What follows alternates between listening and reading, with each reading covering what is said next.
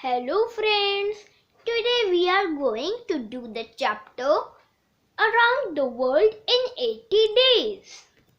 Read this play on Mr. Phileas Fogg, who goes on a trip around the world. Characters: Phileas Fogg, Andrew Stott, John Sullivan, Samuel Fallentin, Thomas Flanagan, Gauthier Ralph. Passepartout. Scene 1.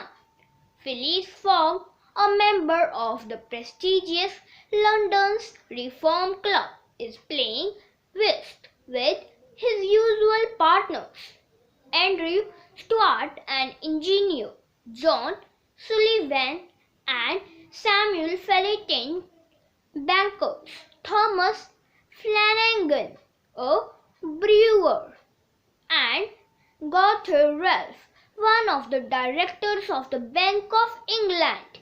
They begin discussing the robbery that had taken place 3 days before at the Bank of England. Thomas: Well, Ralph, what about the robbery? Stuart: Oh, the bank will lose money. Ralph: In first place, he is no robber at all. The Daily Telegraph says that he is a gentleman. As the game proceeded, the conversation ceased. It revived again in some time. Stuart: I maintain that the chances are in favor of the thief, who must be a shrewd fellow. Ralph: Oh, I don't know that. The word is big enough. Phileas: It was enough. Stuart: What do you mean by once? Has it grown smaller? Ralph: Certainly, I agree with Mr. Fogg. The world has grown smaller, since a man can now go around in 10 times and more quickly than 100 years ago. Ralph, you have a strange way of proving that the world has grown smaller.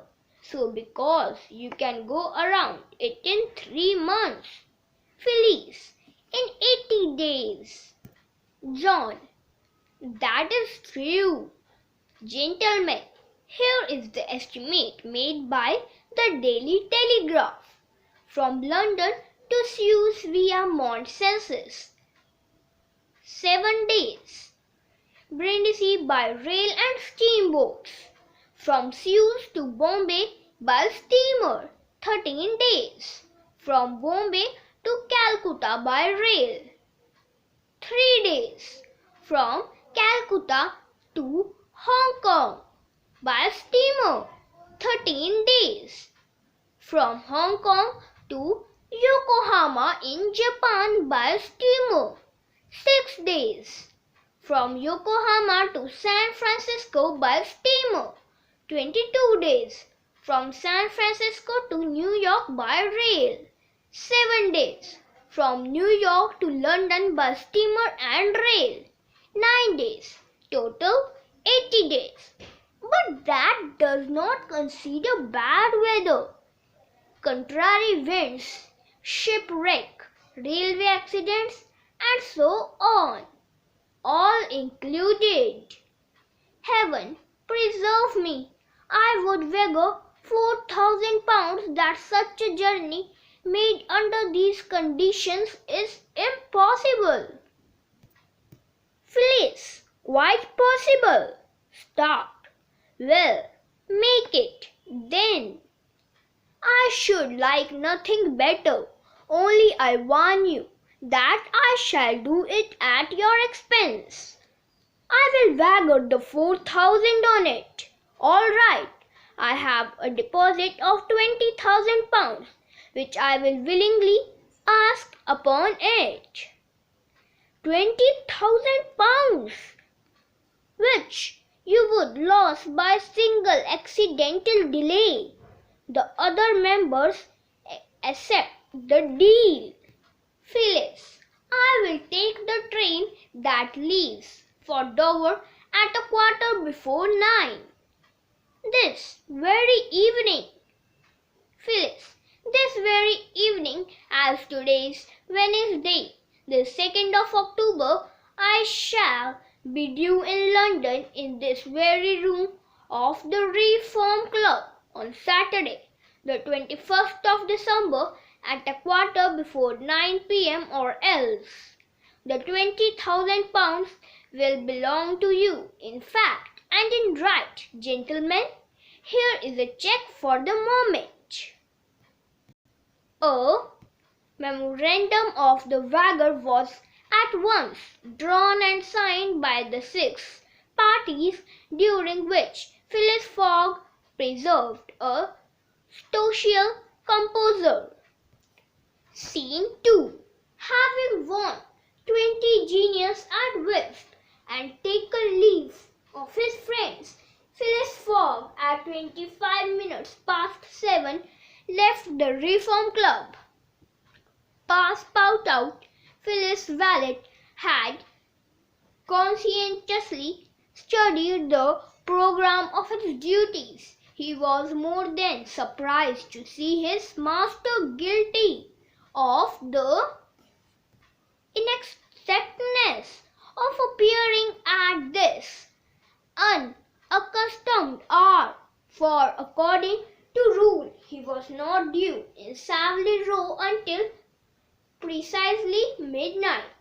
Phyllis, Passepartout, we start for Dover and Kelsis in 10 minutes. Monsieur is going to leave home. Yes, we are going around the world in 80 days. We do not have a moment to lose. But the trunks?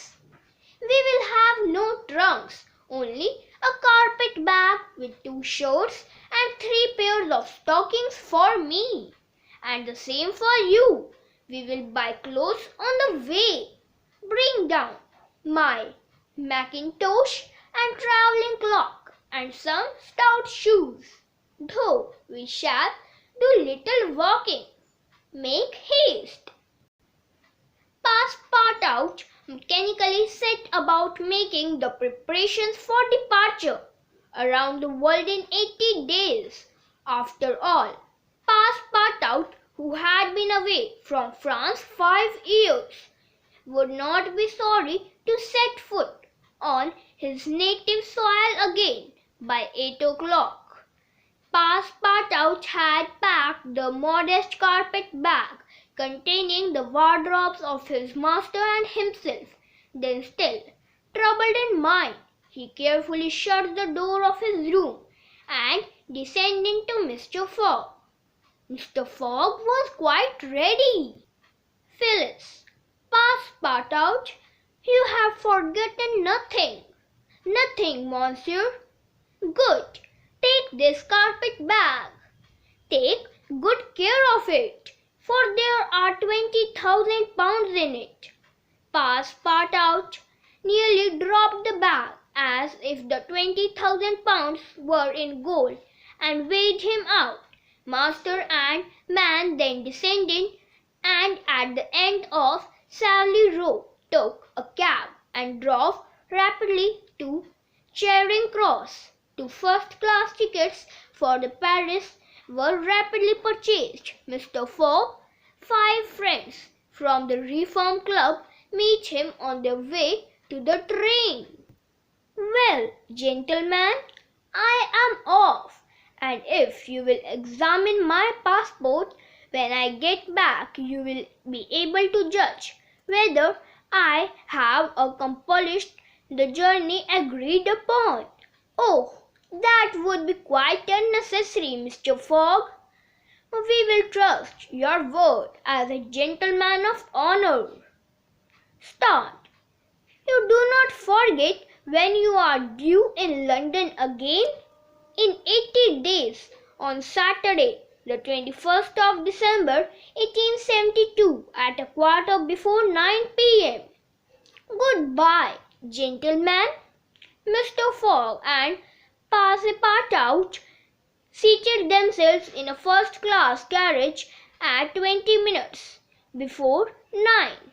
The night was dark and fine. Steady rain was falling. Passepartout not yet recovered from his life.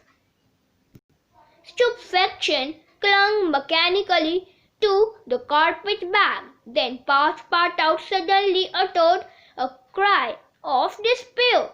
"What is the matter? Alas! In my hurry, I forgot what? To turn off the gas in my room. Very well, young man, it will burn at your expense." An adaptation from Around the World in 80 Days by Jules Verne. Thank you, friends. Bye bye.